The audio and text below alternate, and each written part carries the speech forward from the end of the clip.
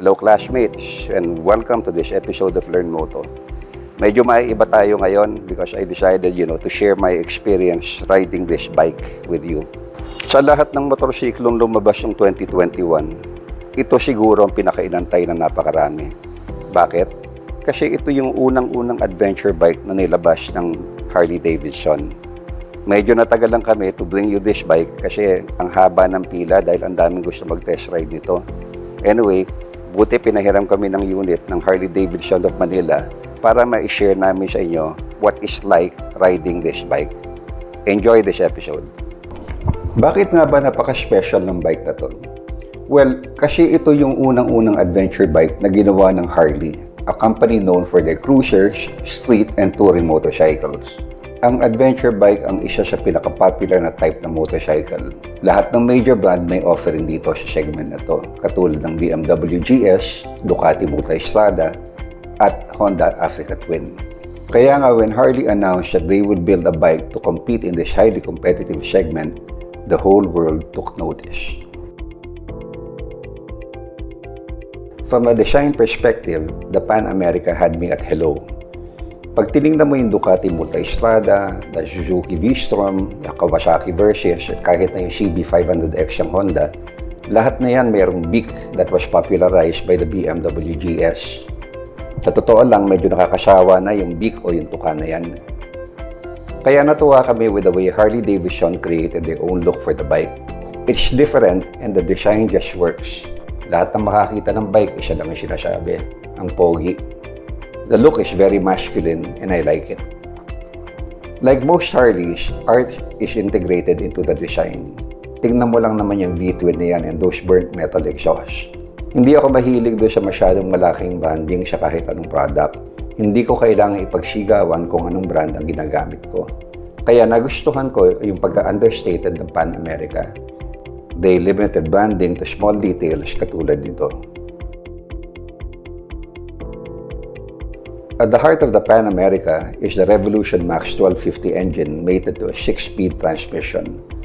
With double overhead cams, hydraulic valve lash adjusters, and variable valve timing, ito ang pinakamodern at high-tech engine ever made by Harley.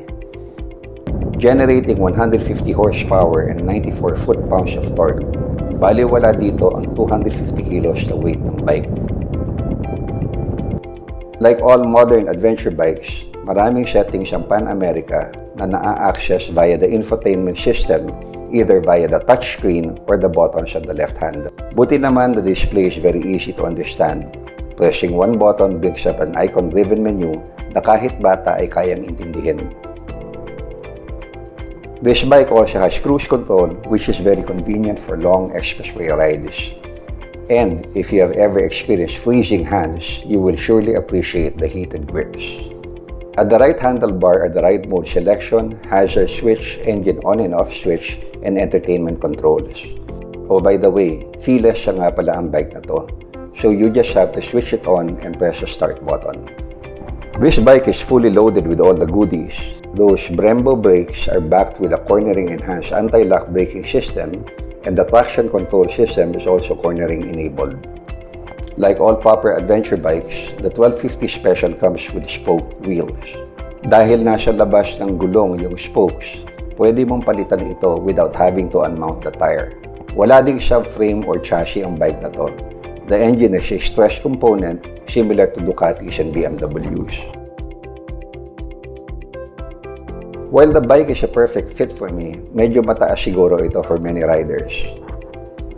If you compare the height of the average Filipino male with those of the countries that produce the top-selling adventure bikes, maiintindihan natin kung bakit a lot of bikes are just too tall for many of us.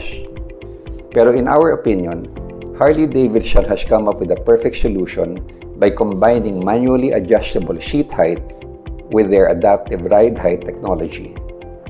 With adaptive ride height, the suspension lowers by as much as 2 inches at umaangat ito ulit pag umandar na. This is a first in the world at palagay ko magiging standard to sa lahat ng brand. Like mentioned earlier, the Pan America 1250 is far from being a city bike. maneuvering a tall 258 kilo bike in traffic is not a joke. Like most other bikes, the weight magically disappears once you get moving. Magaan ang clutch and is very too easy to modulate with a very well-defined friction zone.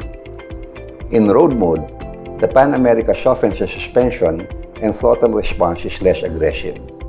This results in a very comfortable ride with that built-in suspension absorbing all the bumps. Para ka nakakotse. In sport mode, out on the highway, the Pan America shows you what is got. The first thing that you notice on the highway is the stability of a 258 kilo motorcycle. Make no mistake about it, tandem mo pa rin ang bigat ng bike. Pero, with proper counter steering, maliksi pa rin ito, allowing you to do quick yet precise lane changes. And because of it being narrow in spite of being at 1250, napakadaling i-filter nito through traffic. I tried sport mode out on the highway and throttle response was instant.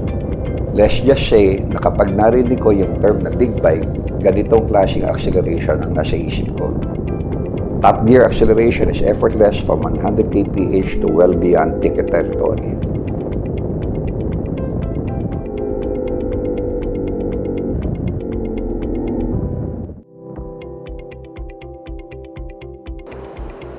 Na-encounter mo na ba yung klase ng tao na yung unang impression mo sa kanya hindi maganda? Parang hindi kayo magkasundo. Pero later on, nung makilala mo siya, you found out na okay din naman pala eh. That's actually my impression with this bike. Nung una pa lang, pagtingin ko pa lang, sabi ko, wow, laki naman ito. Ako, I'm not really a fan of big heavy bikes eh. Pero sabi ko, I'll give it a try. I think nga, like that guy na nakilala mo na sa una hindi mo type, this bike grows on you very quickly.